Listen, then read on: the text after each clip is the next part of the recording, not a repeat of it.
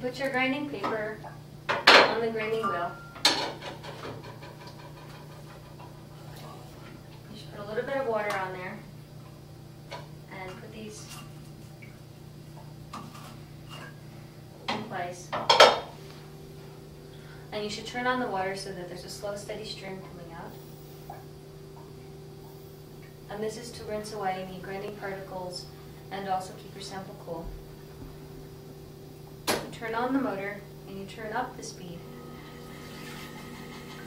And make sure you stay within the green range on this gauge here. First, you should bevel the edges, the top and the bottom edges of your sample, so that you don't cut your hands on it, so that you don't damage the grinding paper and the polishing cloths.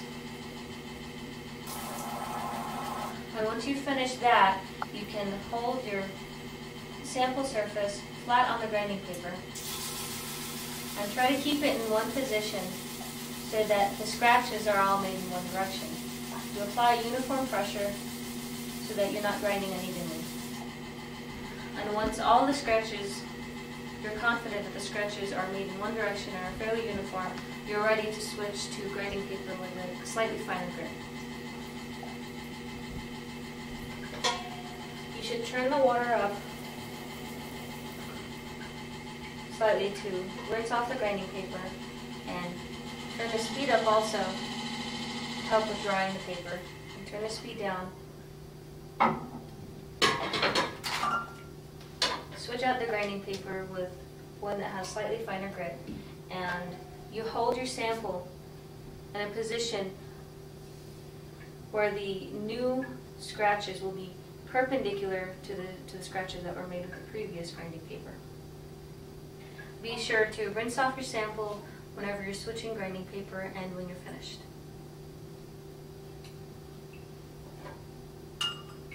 And once you finish, please replace these fixtures and put the used grinding paper back in the drawers, and also wipe up any mess that you have made.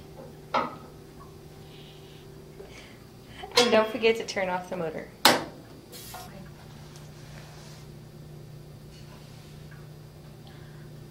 Before you polish your sample, you should make sure that your hands and the sample are rinsed off. And also, you should clean off the polishing cloth. You do that by turning the water on, turning the motor on, and turning the speed up.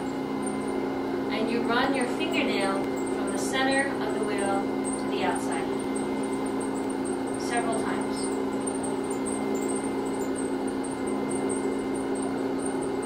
Once it's clean, you turn off the water and you put polishing slurry, a visible amount, on the polishing wheel. And you take your sample and you press it firmly against the polishing cloth, and you move it in a direction that's opposite the direction that the polishing wheel is spinning. And this is to minimize smearing. And you reapply slurry whenever you need to.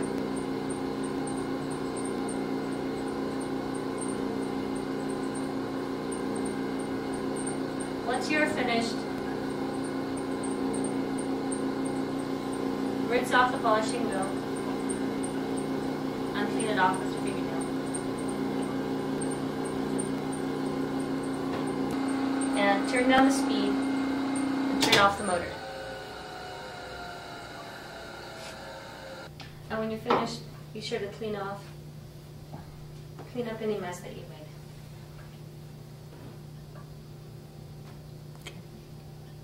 If you've run out of polishing slurry, you refill this by putting 1 tablespoon of the abrasive powder in and fill it halfway with water, shake it, fill it the rest of the way with water, and shake it again. To dry your wet sample, you can use the house air, but if your sample surface needs to be pristine, you should use canned air to dry off, for example, AFM, SEM, and TEM sample surfaces.